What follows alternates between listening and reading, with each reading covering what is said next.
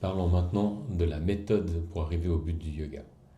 Patanjali dit Abhyasa Vairagya Abhyantan Nirodha. Pour arriver à Nirodha, il faut Abhyasa et Vairagya. Abhyasa, c'est la pratique. Donc il faut pratiquer, pratiquer, pratiquer avec intensité pendant longtemps pour arriver au but. Mais il y a une manière de pratiquer qui est sans attachement. Si je pratique avec attachement, en fait, je vais m'alourdir. C'est-à-dire qu'il y a quelqu'un qui va essayer d'obtenir quelque chose de la pratique. Et donc ce quelqu'un va devenir un obstacle. Et si je m'accroche à ce quelqu'un, et j'ai aucune chance de réaliser qui je suis.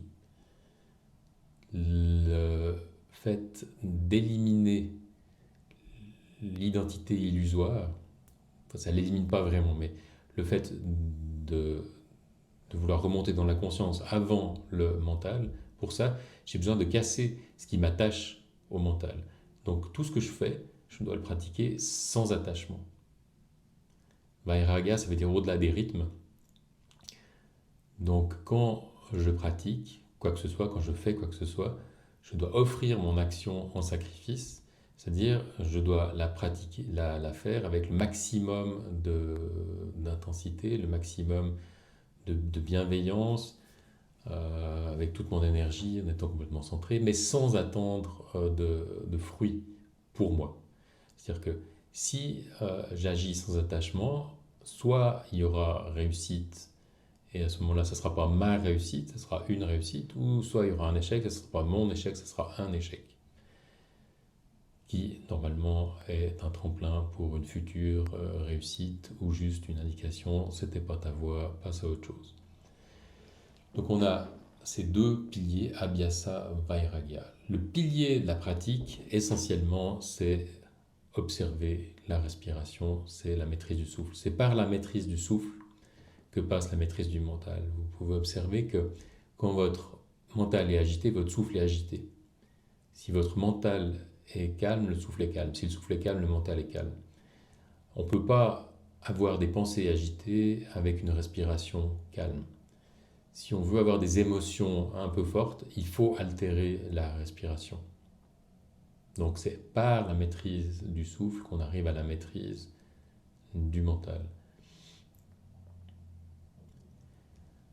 On va aussi maintenant parler du but du yoga.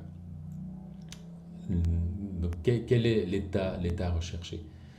Donc le yoga est censé nous amener jusqu'à un état qui s'appelle Nirvikalpa Samadhi. Donc il y a différents niveaux de samadhi. Le samadhi, c'est quand on a cette perception d'unité. Et puis il y a un état dans lequel on fait l'expérience d'être un avec la conscience pure avant le mental, avant la création. Ensuite, cet état de samadhi, on est capable de le ramener dans l'expérience quotidienne et donc d'avoir en même temps la perception de l'unité, y compris le fait que l'univers matériel est un avec son créateur. Une fois qu'on a atteint cet état du yoga, qu'on a atteint le Nirvikalpa Samadhi, qu'on maîtrise le Nirvikalpa Samadhi, on a définitivement vaincu l'illusion, on est définitivement établi dans la vérité, mais évidemment, ce n'est pas la fin du chemin, parce qu'à ce moment-là, on gagne les outils pour explorer tous les mondes divins, tous les mondes manifestés qui sont extrêmement vastes, diversifiés en strates. Donc l'exploration du monde peut réellement commencer une fois qu'on a atteint cet état.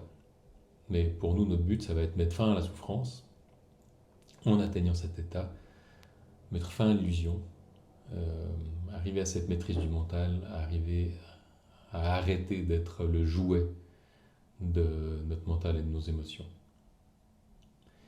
Dans le deuxième chapitre, ensuite, Patanjali, ce qu'on va prendre la prochaine fois, il va parler de la méthode de manière un peu plus concrète.